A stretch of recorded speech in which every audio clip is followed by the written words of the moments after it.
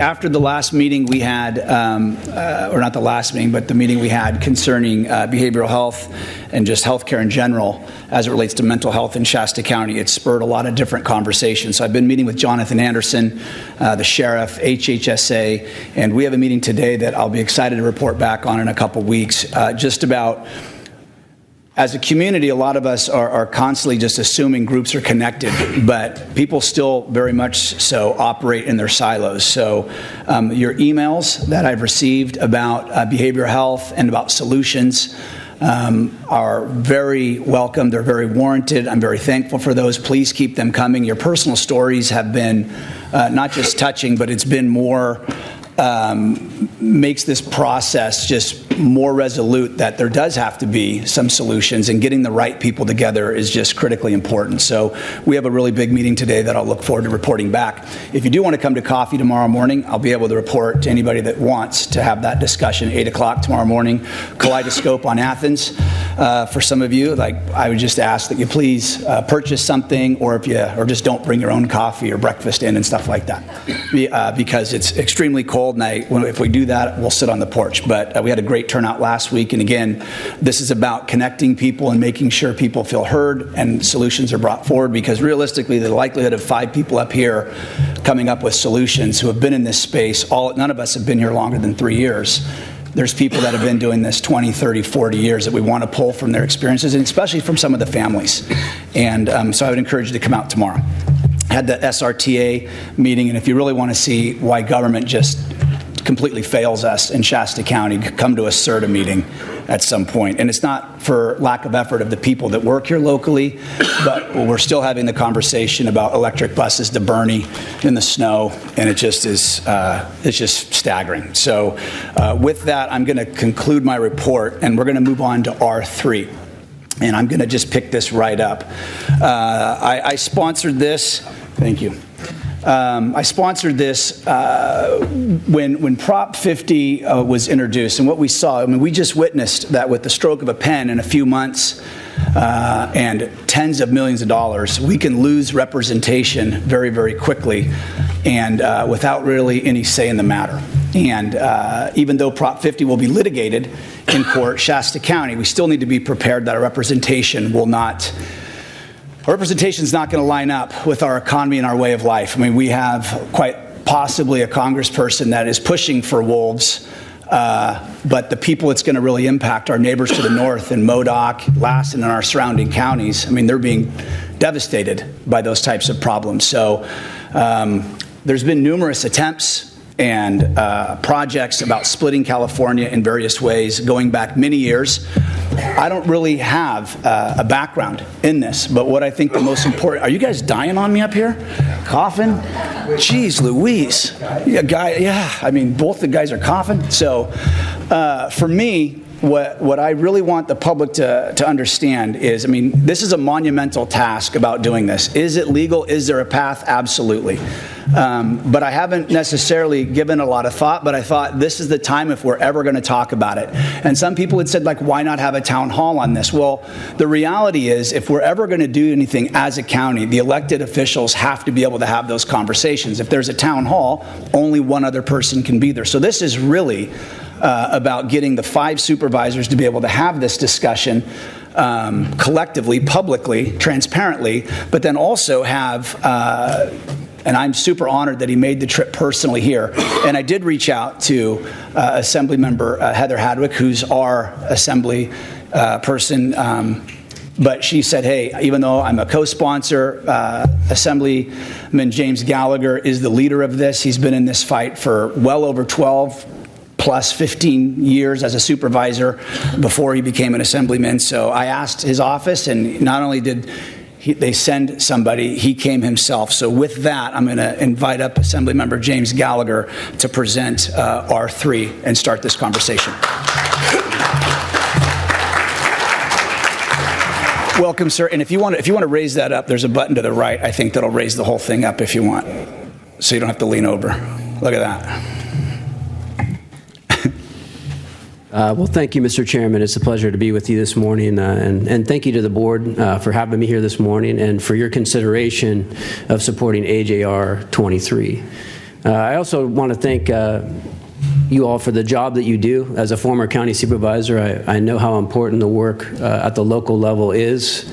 You are the closest to the people, and your amazing county staff, people like Lori, who serve this community on a daily basis. So, I really want to express my appreciation to you. So why am I here this morning? So I have introduced AJR 23, which expresses the formal consent to form a new state within the confines of the state of California. It is co-authored by several assembly members from the inland parts of California, including your assembly member, Heather Hadwick, and your Senator, Megan Daly. I brought this forth because representation is a fundamental part of our American system of government. And I would say, actually, representation is the heart of the compact, the constitutional compact that we have that achieves the consent of the governed.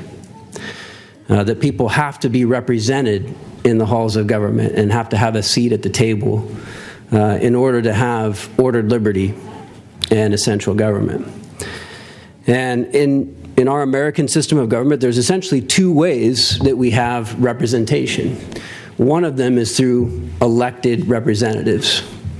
And those elected representatives are elected through districts. And those districts are drawn, or they're supposed to be drawn, to ensure that communities of interest are protected and they have the ability to elect their representative to go and speak on behalf of their issues, their communities, their values. And that has been a very important part of our system of government. The other part is statehood. Statehood is a form of representation. Originally recognized that the 13 original colonies that became states had distinct cultures, industries, values that needed to be represented. And that continued as we admitted new states, including California. And largely that was through territories, American territories, that said, hey, we have our own community of interest here.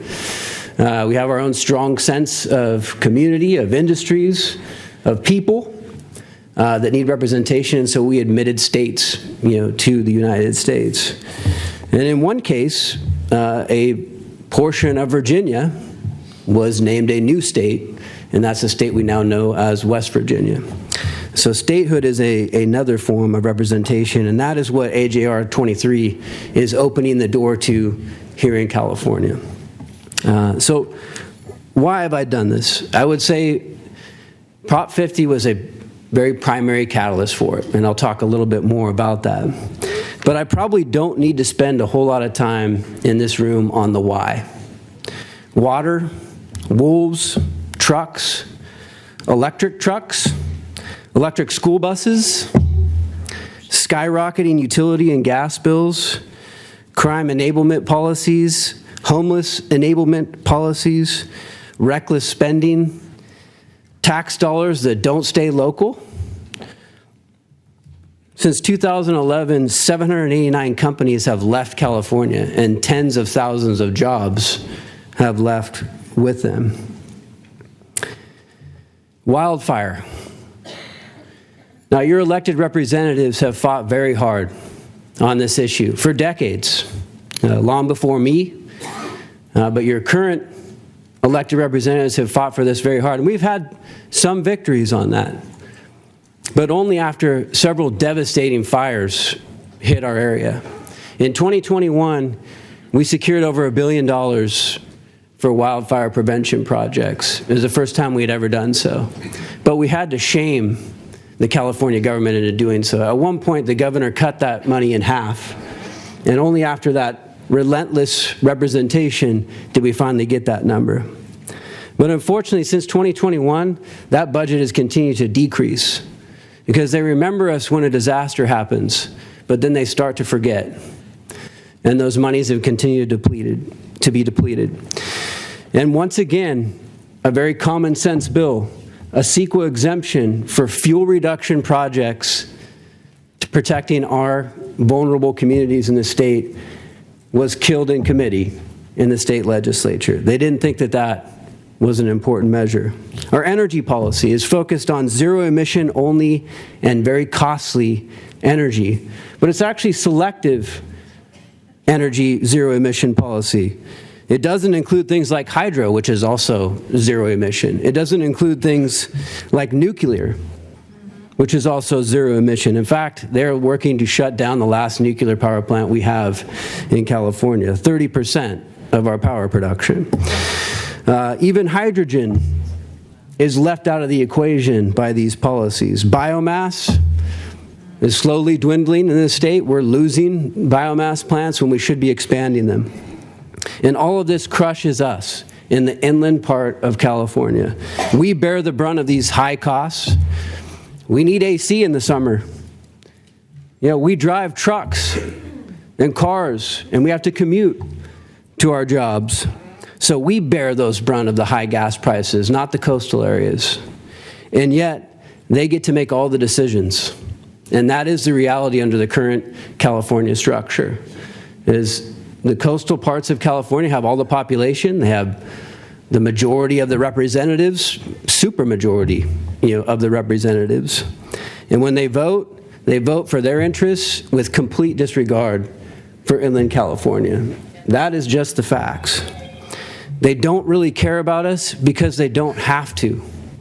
At the end of the day, they can pass through whatever policy they want over our objections, over us being a very strong and loud voice against those things. And now we have Prop 50. It should be pretty clear to everyone, but Prop 50 has ripped away our representation in Congress. Very likely, after this next congressional election, three people who live in the Bay Area will represent the entire North State. That is unacceptable to me. That has taken away that doorway that I talked about first, our representation doorway, to where we don't even have someone who lives here advocating, for our interests and our communities of interest. And that is why I think we need to have the conversation. And that's why I've opened the door to statehood, which is another form of representation. And it is allowed under our Constitution.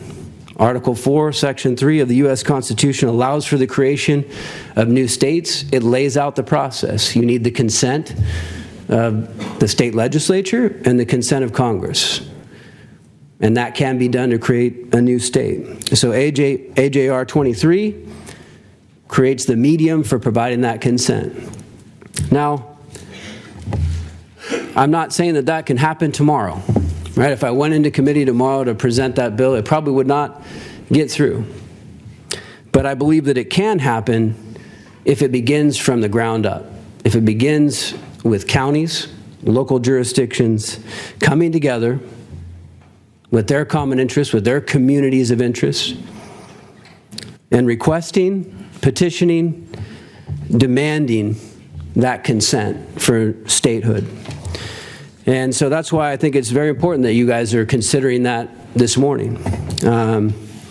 In recent history, several counties have expressed this same desire. Siskiyou, Modoc, Tehama, Lassen, and even all the way down to San Bernardino County in 2022 have boards considered and said, and the people in that case said, we should be talking about separating from this California government because it ignores us. So I believe we need to have this conversation, and I believe that the only way that it will happen is if counties, local governments, local jurisdictions decide that they want to be part of this and petition our state government for that fact. And that would be the fulcrum, would be the momentum that could lead to the passage and getting that consent. And moving to the second step, which would be congressional consent to the creation of a new state. I'll say a few words just about the map, because I've gotten a lot of people saying, well, I don't know if it should be this, if it should include this area or that area. The map is ultimately going to be defined by the coalition of the willing. Again, I'm opening the door to this for local communities throughout the state to have this conversation, but ultimately, it's the decision of those locals, as it should be, to make that decision. Now, obviously, a new state would have to be contiguous, so you'd have to have that continuity of counties. But I will tell you, in this job that I currently hold and as the Republican leader, I've traveled throughout this state, and I can tell you that it's not just the North State that feels overlooked and ignored. It's the Central Valley, where their water supply has been cut off by bureaucrats, not by elected officials, by unelected people. It's in the Inland Empire, where people drive long distances to work and pay high prices for gas, where refineries are getting shut down, where jobs in trucking are getting shut down, in manufacturing. It is many places in this state, and largely the inland portions of this state, that feel like they do not have a voice in state government. And so statehood is one of those opportunities to achieve that self-determination that is a very key and fundamental American value. And so I thank you for considering this morning. I would very much love to have your support in this effort. And I believe that other local communities will also be looking to join this effort. So thank you for your time. I'd be happy to answer any questions that you may have. Supervisor, thank you. Supervisor Kellstrom. First of all, thank you very much, Mr. Gallagher. You did a great presentation there. I was just going to add a little bit of history to how we got here. You mentioned West Virginia. So West Virginia was the last state to split. And like you said, according to Article 4, Section 3 of the Constitution, you have to get the state legislature's approval and Congress's approval. There was no longer a state legislature because Virginia had seceded from the Union, so they were able to go emergency to Congress.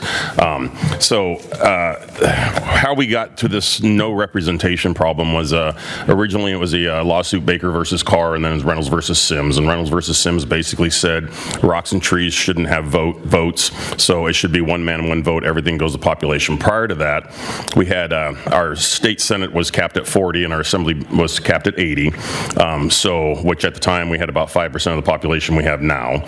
So now you represent 500,000 people, and Megan Dally represents 1 million people, basically rough numbers.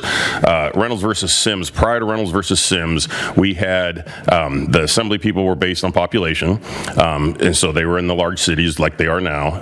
But the senators were spread out throughout the state, so we had representation in the state senate. There was 40 state senators. There's 58 counties in this state, so we had approximately 1 senator per county. Some of the smaller counties shared a senator, but we had representation in the Senate. We no longer have that because of Reynolds versus Sims.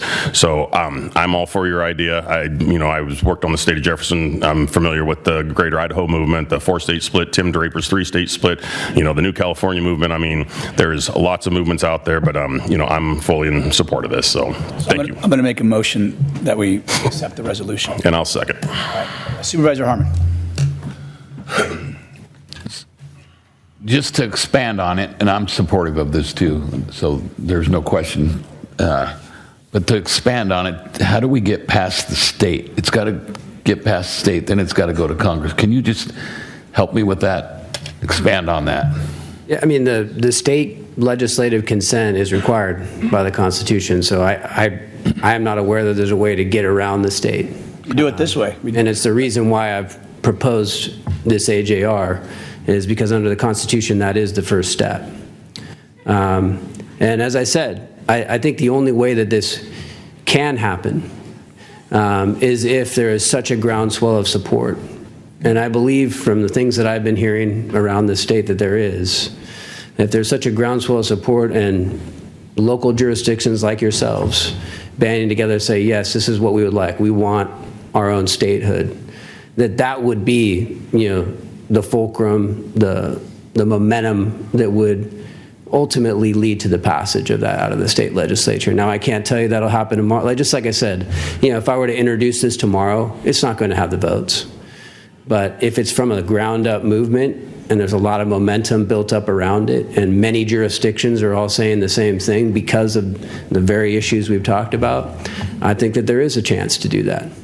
But you can't get around it. You would need to get, under the Constitution, the consent of the state legislature to move on to the second part, which is Congress authorizing that as well. We can't figure out how to go straight to Congress? No.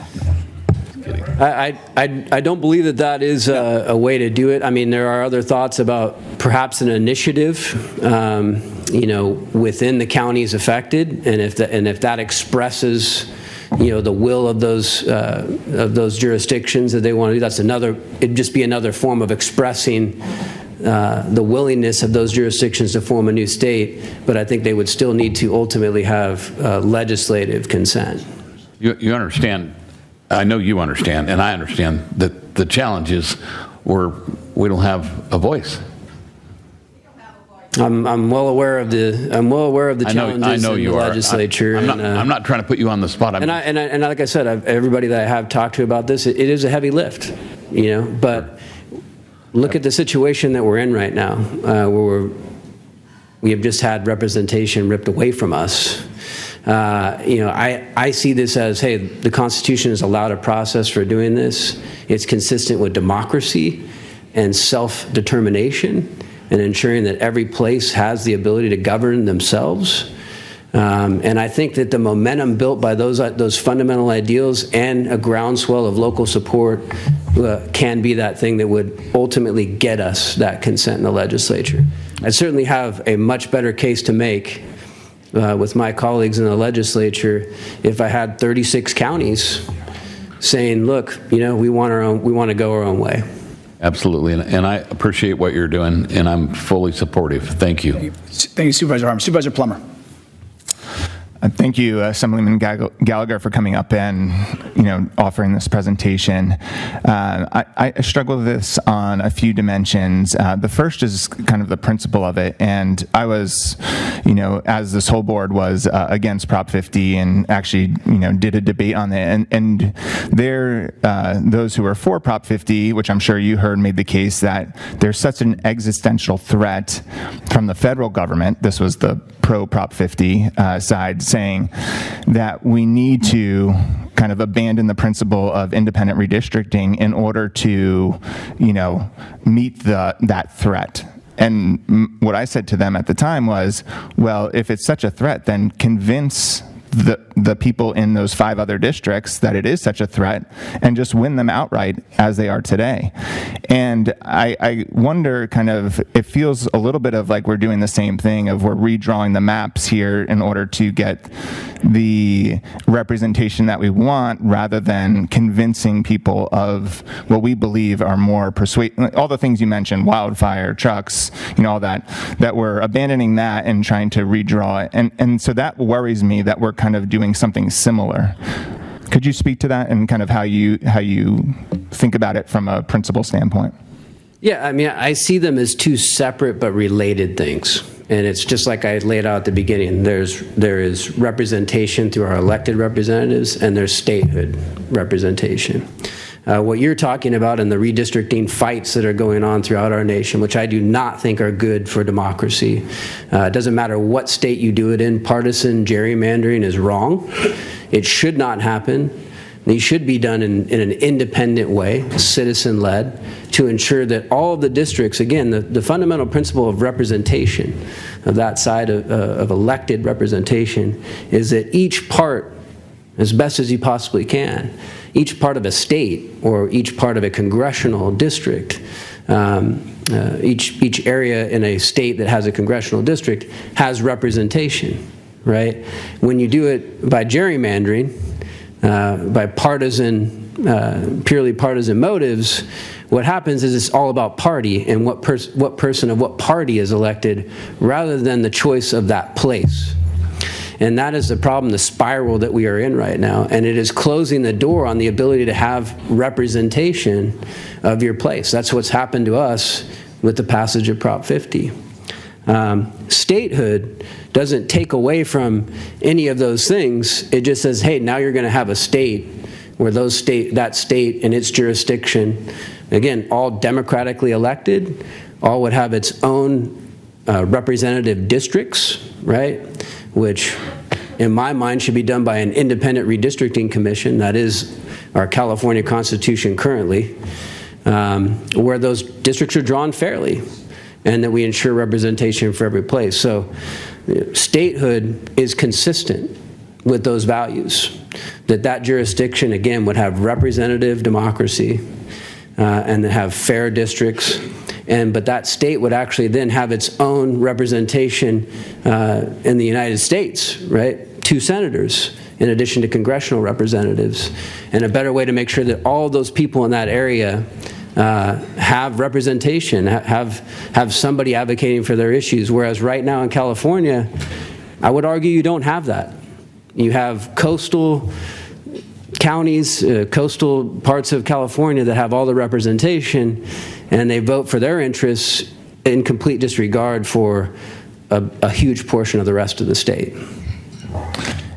What I worry about too, in the same way that Texas's first act of gerrymandering and doing the mid-decade redistricting set off a cascade, which now has prompted Prop 50, which I think everybody's saying will happen now in a number of other states.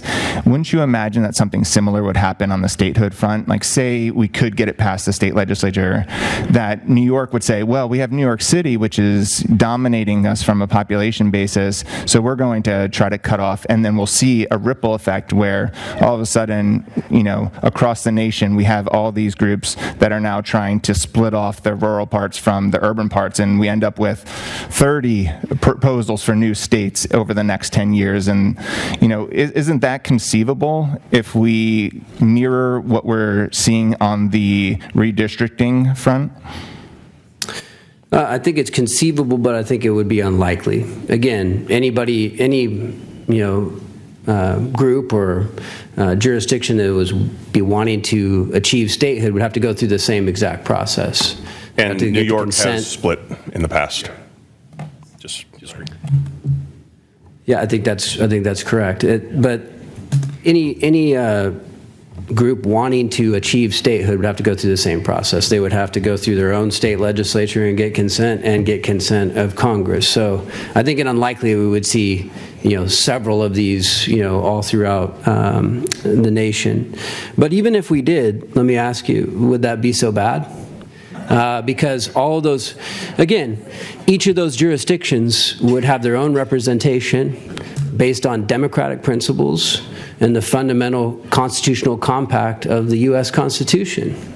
And so, again, if there was all this spinoff, all those areas would at least be represented, right? And all those areas would at least have the ability to go to their state and have representatives at their state level that represent their interests and have the actual ability to achieve their goals, right? And have their industries and their particular issues addressed. And I think that is the problem, is when you get to such a point, right, where the overwhelming majority just shuts out the minority every time, that becomes, necessary to achieve representation. Appreciate that response. With regards to feasibility, and I know you mentioned this is an uphill battle. I know you mentioned that, the process that would have to take. I think, and I would say, and also that the maps could evolve and that it would be a coalition of the willing, which makes sense. And I do think, your map relative to other maps I've seen is a lot more intuitive and logical. The thing that I was looking at is in the wake of the Prop 50 results of those, 35, 36 counties that are in the map, it looks like about 9 or so of them actually voted at this point, and we'll see, how it turns out, but in favor of Prop 50, which suggests to me that if they're willing to go as far as voting in favor of Prop 50, that the likelihood that they would then be interested in succeeding from the state of California seems low. And in fact, those are Fresno, Riverside, San Bernardino, the population centers of this. I think 10 million is the estimate, 10 to 11 million, that would be around 6 million. So if the signs are already, kind of through this election, we have indication that the biggest counties that would make up this and likely drive the economic, impact and tax revenue for this new state are already indicating that they're willing to go as far as voting for Prop 50.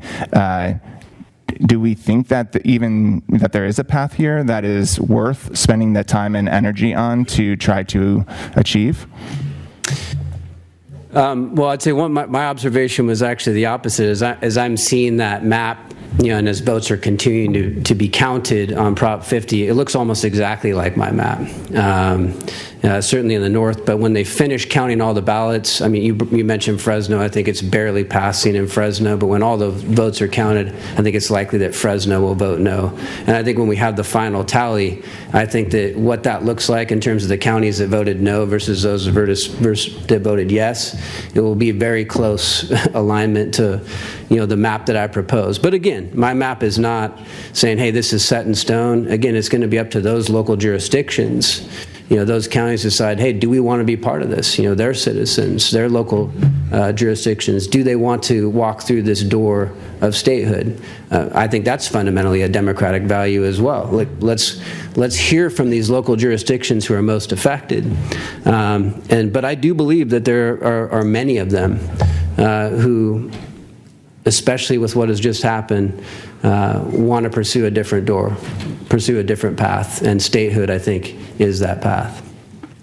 One last question. I know you mentioned San Bernardino exploring this a few years ago. My understanding is that was driven by an interest in and kind of a suggestion that they were being shorted on tax revenue coming back to the state. And I did have a chance to look at kind of the presentation, and I know there was some dispute over whether that was a valid or fair analysis, but it looked like both for San Bernardino, which has I would say more economic drivers than Shasta County, that they've ended up finding for the vast majority of tax revenue, they were actually above the average. And they did include on those charts Shasta County, and Shasta County was even further above average. And so while I appreciate that in this new state, Shasta County would have more ability to influence the policies from an economic or financial perspective, it looks like the conclusion of that report was that both for San Bernardino, but even more so for a place like Shasta County, that it would come at a significant financial disadvantage. Yeah, first of all, I think that San Bernardino largely did make their decision, and they put that on the ballot because of feeling like they did not get the public services back to them that they were paying to the state. And I think that feeling is really still strongly felt in the Inland Empire. I mean, and if you look at the budget, the lion's share of money goes to the coastal urban parts of the state. For infrastructure projects, for affordable housing, we often lose those dollars to more urban parts of the state. So that's where I think a lot of that frustration comes from. But whether San Bernardino decides to go down this path or not, a new state would be a juggernaut. It'd be at least 10 million people in my mind when you look at some of these jurisdictions, and it would have everything from agriculture, energy, tourism, manufacturing, logistics, healthcare, technology. Many businesses are starting to locate in the Central Valley, in the Inland Empire, in Northern California, where it's more affordable to build and where you can actually have affordable housing, right? And so, to me, I think we'd actually be in a great place. We'd rival states like Ohio or Pennsylvania if this were to come together. So, by no means and we'd have a more responsive government, and probably one that doesn't tax and regulate as much, right? And so, we would have the government that we want, as opposed to the government that the coastal communities want. Thank you. Thank you, Supervisor Plummer. Supervisor Long. Thank you, Chair, and thank you, Mr. Gallagher, for the presentation. Really appreciate the perspective.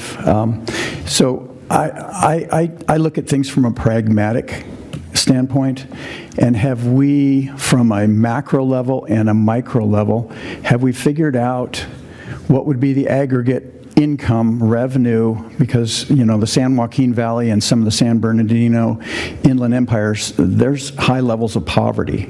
And so what would that model look like from the macro level, as far as what would the costs or the revenue sources be? How would that be guaranteed? Secondly, what about all the infrastructure that we have, CAL FIRE, CHP, all the ag, the hospitals, the schools, everything would have to be reinvented. So and you may not know, but I'm trying to figure this out even from the micro level, which would be our local county level, and what would that look like when we have to recreate everything? There would be a period of tremendous chaos. And so I wonder if those questions would be appropriate to ask and determine prior to coming out with a move toward secession. Well, look, we're not there yet, right? I mean, we're not like this is going to go forward tomorrow, right? Absolutely, those are all discussions that you'd have, and they become part of the discussion as you separate the state. There would be committees set up to do just that, figure out how you separate out infrastructure, how you separate out departments. So all of those things would be figured out as part of that process ultimately. But you mentioned poverty, and I think that's a really important point. One of the reasons why we have such high poverty is because of our high cost of living. And our high cost of living in California is driven by the policies in Sacramento. Our fuel costs are at least $2 more a gallon because of policy out of Sacramento, right? That's impoverishing people. Our utility costs continue to rise, 6 increases in the last year, right?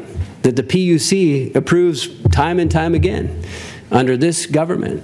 Who's impoverishing us? It's the state government that is doing it, right? Our cost of living has gone through the roof. So I don't think that should be an impediment to us saying, hey, maybe we could create a government that's better. I think we could. I think we're more than capable of it. In fact, you guys are doing that here on the county level. Each and every day when the state and the federal government fails you, you find ways to get things done, right? And I think we would do the exact same thing. You know, I've served with some amazing elected officials in my time. And I believe they are perfectly capable of figuring out how can we structure a new government that has proper, not unreasonable taxation, that has reasonable regulation. And if we had that type of government, I don't think it would cost nearly as much as the government that we are paying for right now. And I do think that we would actually attract businesses.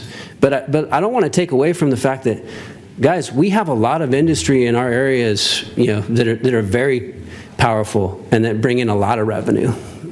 Agriculture is a huge one. Timber industry that has been hamstrung, again, by state policy and federal policy.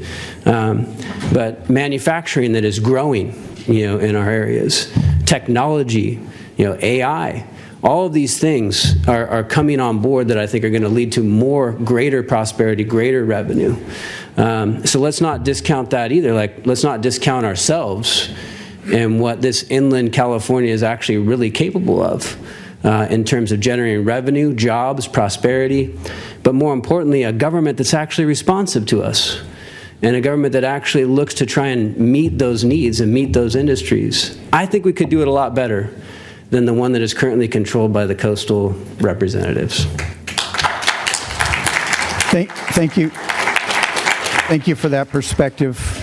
Another thing I would like to discuss would be in the 175 years of our statehood, we have had over 200 attempts to break the state apart.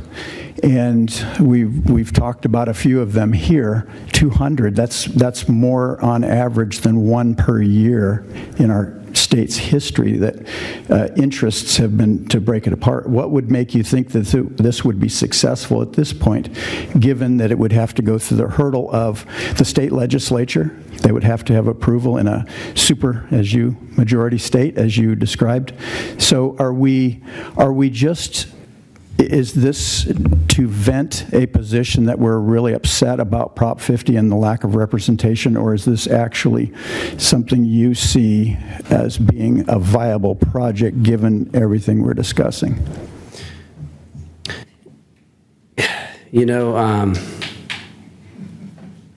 Everything is hard, right? And certainly, yes, this isn't the first time this has been done. But it only takes once, right, to actually make it succeed.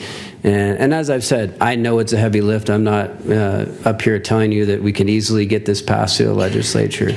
But what I can tell you is that if enough people come together to proceed to achieve self-determination. History has shown it has happened. It's actually what founded our American republic, right?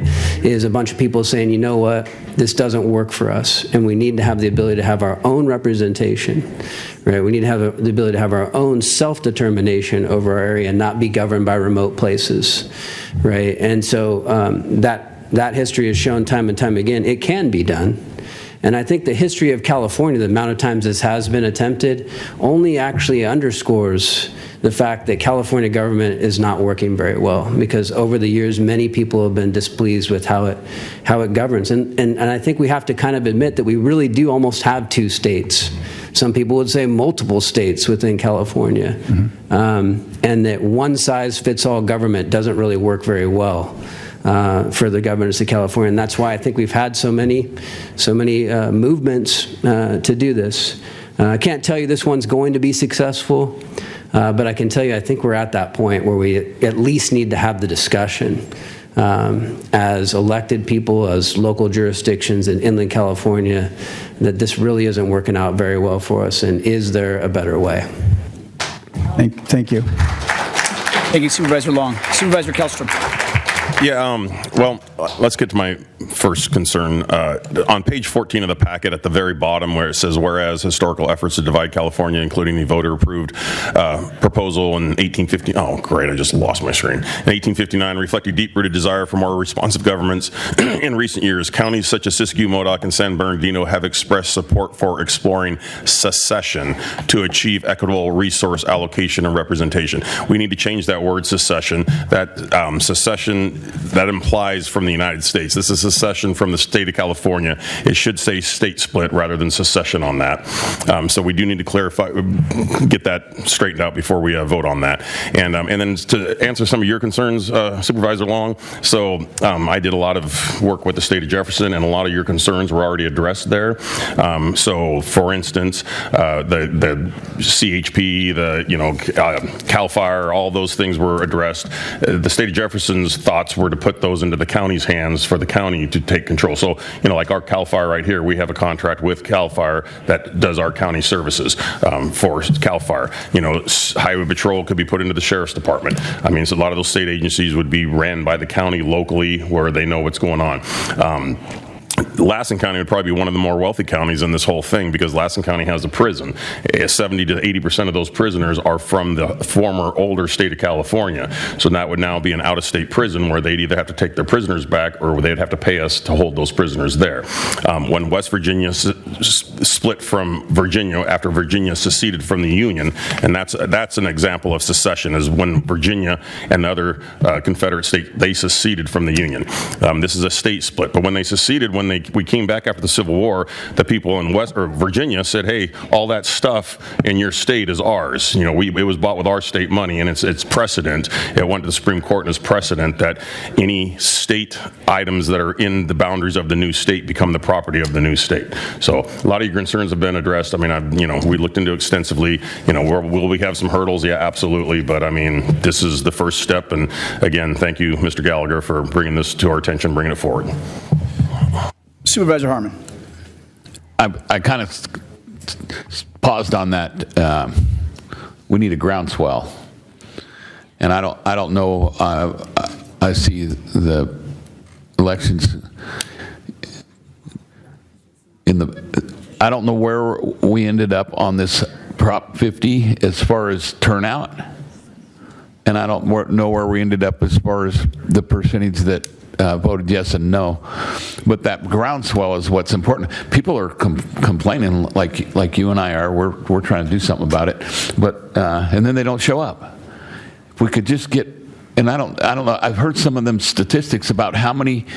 If everybody would show up to vote, I don't care what party you're in, just everybody would show up instead of staying home when we're making decisions, it would make a huge difference. And I just want to throw that out there in the fight for what you're doing. That groundswell's got to happen. I think that's fundamental to whether or not this could proceed or not. So, thank you, Supervisor Harmon. So I'll make a closing remark, and then we'll take public comment. Ms. Blankenship, how many do we have? 75? Chair, at this time, we have 19 speakers. 19, okay. One thing. Chair, before, are we done with our board discussion? Because I would like to call up. We'll have a public comment, and then we'll go back to board discussion. Okay, got it. Yeah, I haven't said anything, but again, I just want to just clarify for people, this, as we talk about the resolution, what this looks like, this was just me reaching out. And when Supervisor Harmon mentions groundswell, I mean, right now, there's not a groundswell per se. This was a question I had to say, man, if this Prop 50 passes, where does that leave us? I mean, most of you, let's just say many of you, have been in politics paying attention to this stuff much longer than I have. I didn't start noticing anything, right? I was not even sitting out there. I wasn't even paying attention to any of this stuff 4 or 5 years ago. But then this board took the chairs out, locked everybody outside the building during COVID. And I said, what in the world is going on? So I decided to run. I'm up here. I've been chair for 2 years. And the only way this is ever going to make its way much bigger and farther is if more people who really don't get engaged decide, like, we're losing everything, and everybody just seems to be complacent. It's almost like watching a person slowly, maybe that's trapped in a vehicle who's gone off a bridge, and they're just slowly sinking, and everyone's just standing on the overpass watching the car sink. And I think it's just like, it takes one person to jump in, and then a bunch of people jump in, and that life is saved. You would hope.